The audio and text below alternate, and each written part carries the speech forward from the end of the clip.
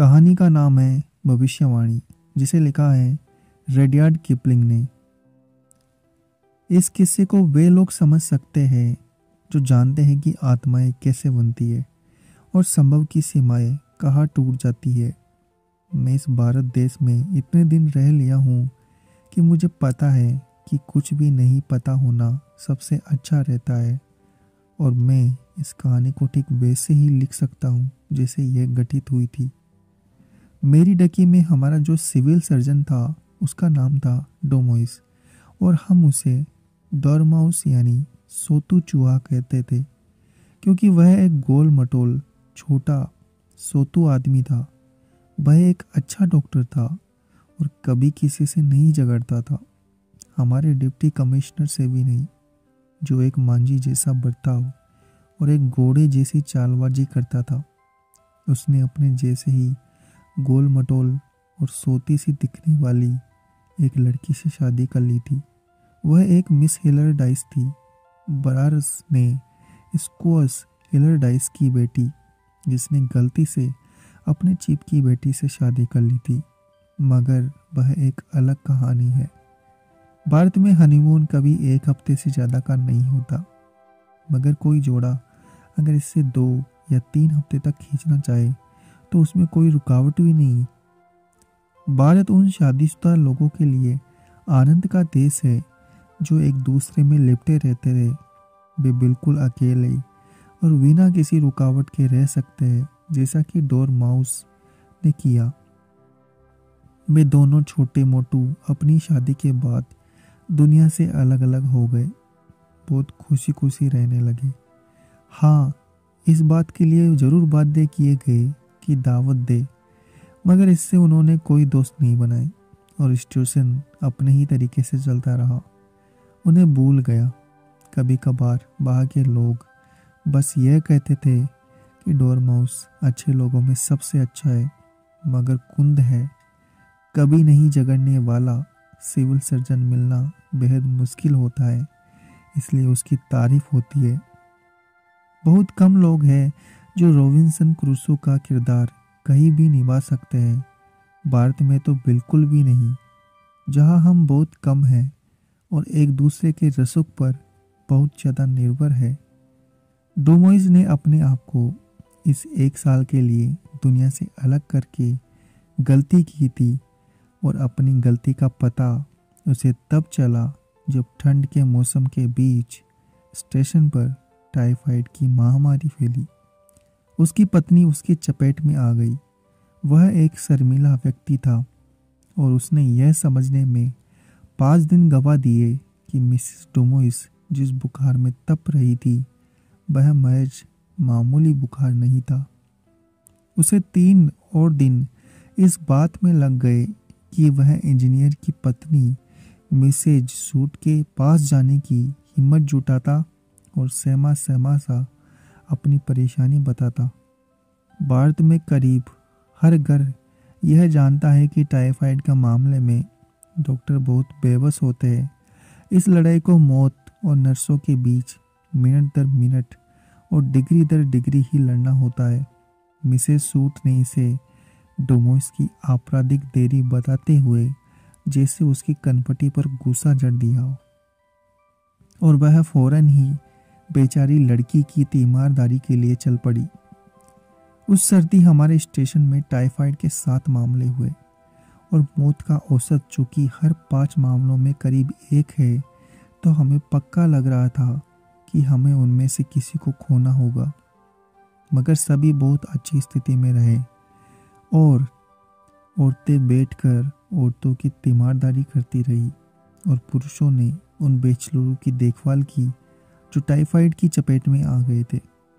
और हम टाइफाइड के उन मामलों में से 56 दिनों तक जूझते रहे तथा उन्हें छाया की घाटी से जिता कर ले आए। मगर जब हम यही सोच रहे थे कि सब कुछ ठीक ठाक निकल गया और इस जीत का जश्न मनाने के लिए नृत्य का आयोजन करने ही जा रहे थे कि मिसेस डोमोइस वापस बीमार हो गई और 1 हफ्ते में ही मर गई। स्टेशन उसके जनाजे में गया। डोमोइस तो कब्र के किनारे बेहाल हो गया और उसे बाहर से ले जाना पड़ा। मौत के बाद डोमोइस अपने घर में कैदी सा होकर रह गया। उसे दिलासा देने की किसी भी कोशिश को उसने नाकामयाब नहीं होने दिया। वह अपने काम को बिल्कुल ठीक से करता रहा, मगर हम सबको लग रहा था कि उसे छुट्टी पर चले जाना चाहिए, और उसकी अपनी सर्विस के दूसरे लोगों ने उससे यह कह भी दिया। डोमोइस ने इस सुझाव के लिए बहुत आभार माना। उन दिनों वह किसी भी बात के लिए आभार माना करता था और पैदल सैर के लिए चीनी चला गया। चीनी की दूरी शिमला से कोई 20 पड़ाव है। यह पहाड़ियों के बीच में है। अगर आप परेशानी में हो तो यहाँ का नज़ारा अच्छा है। आप बड़े शांत देवदार वनों से होकर, बड़ी शांत चट्टानों के नीचे से और किसी औरत की छातियों जैसे फूल बड़े शांत और घास के टीलों के ऊपर से गुजरते हैं, और घास के पार हवा व देवदारों के बीच बारिश कहती है, चुप चुप चुप। इसलिए छोटू डोमोइस की चीनी रवाना कर दिया गया कि अपने पूरी प्लेट वाले कैमरे और राइफल से अपने दुख को हल्का करे। उसने अपने साथ एक बेकार बेरा भी ले लिया, क्योंकि वह आदमी उसकी पत्नी का प्यारा नौकर था। वह सुस्त और चोर था, मगर डोमोइस ने अपना सब कुछ उसके भरोसे छोड़ दिया। चीनी से लौटते हुए माउंट हट्टू के रिज पर स्थित फॉरेस्ट रिजर्व से होते हुए डोमोइस बागी की ओर मुड़ गया। जो कुछ लोग थोड़े से ज़्यादा गुमे हैं, उनका कहना है कि कोटगढ़ से बागी तक का पड़ाव बहुत अच्छा है।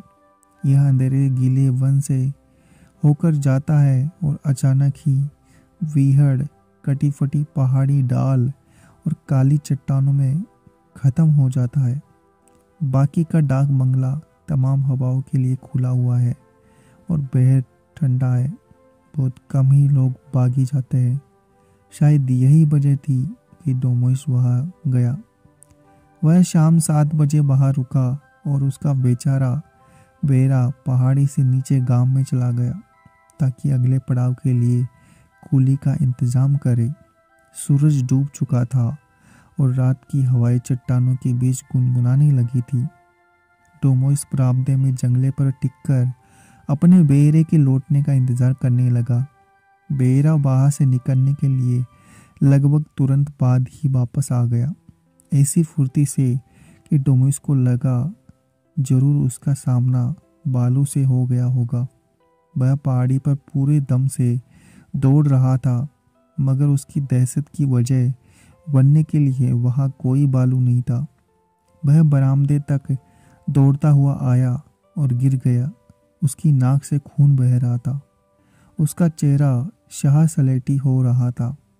फिर वह सहमी सी आवाज में बोला, मैंने मेम साहब को देखा, मैंने साहब को देखा। कहाँ? डोमोइस ने पूछा। वहाँ गांव वाली सड़क पर टहलते हुए। वह एक नीली पोशाक पहनी थी। उन्होंने अपने सिर का पर्दा उठाकर कहा, रामदास साहब को मेरा सलाम देना और उनसे कहना कि मैं उन्हें अगले महीने नदिया में मिलूंगी। फिर मैं भाग आया क्योंकि मैं डर गया था।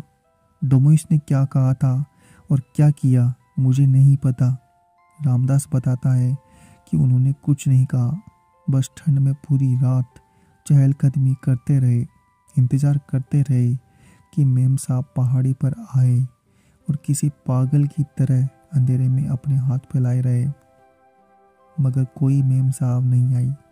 अगले दिन वह शिमला की ओर बढ़ गए और हर घंटे बेरा से सवाल जवाब करते रहे। रामदास बस यही कह पाया कि मिसेस डोमोइस से उसे मिली थी। उन्होंने अपना पर्दा उठाया और यह संदेश दिया जो वह पूरी वफादारी से डोमोइस के सामने दोहरा चुका था। इस बयान पर रामदास टिका रहा। उसे नहीं पता था कि नदिया कहाँ है। नदिया में उसका कोई दोस्त नहीं था। बहुत संभव था कि वह कभी नदिया नहीं जाएगा, भले ही उसका वेतन दोगुना कर दिया जाए। नदिया तो बंगाल में है और पंजाब में काम कर रहे किसी डॉक्टर से उसका कोई सरोकार नहीं बनता। यह मेरीडकी के दक्षिण में 1200 मील से अधिक दूरी पर तो है ही। डोमोइस बिना रुके शिमला होते हुए मेरीडकी वापस आया। जहां उसे अपनी एफजी कर रहे डॉक्टर से अपना चार्ज लेना था, डिस्पेंसरी का कुछ हिसाब किताब करना था और सर्जन जनरल के कुछ हालिया आदेशों को लिखना था। कुल मिला के इस काम को पूरा करने में एक दिन लग जाना था। शाम को डोमिस ने अपने एफजी और अपने कुआरे के पुराने दोस्तों को बताया कि बागी में क्या हुआ था, और उस एफजी ने कहा कि रामदास को अगर यही करना था तो उसे तूतीकोरिन चुनना चाहिए था। तभी एक डाकिया शिमला से आया, एक तार लेकर हाजिर हुआ जिसमें डोमिस के लिए यह आदेश था कि वह मेरिडिकम में चार्ज नहीं ले, बल्कि फौरन स्पेशल ड्यूटी पर नदिया चला जाए। नदिया में बहुत बुरा हैजा फैल गया था और बंगाल सरकार के पास चूँकि हमेशा की तरह स्टाफ की कमी थी, इसलिए पंजाब से उसे एक सर्जन कुछ समय के लिए मांगा था। डोमिस ने तार मेज पर फेंक दिया और कहा, अब? दूसरे डॉक्टर ने कुछ नहीं कहा। तब उसे याद आया कि बागी से लौटते समय डोमिस शिमला से होकर गुजरा था और इस तरह शायद उसने आने वाले तबादले के बारे में पहली खबर सुनी होगी।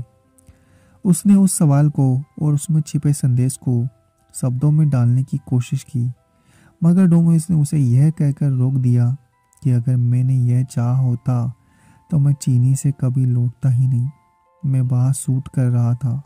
मैं जीना चाहता हूँ क्योंकि मुझे काफ़ी कुछ करना है, मगर मुझे अफसोस नहीं होगा।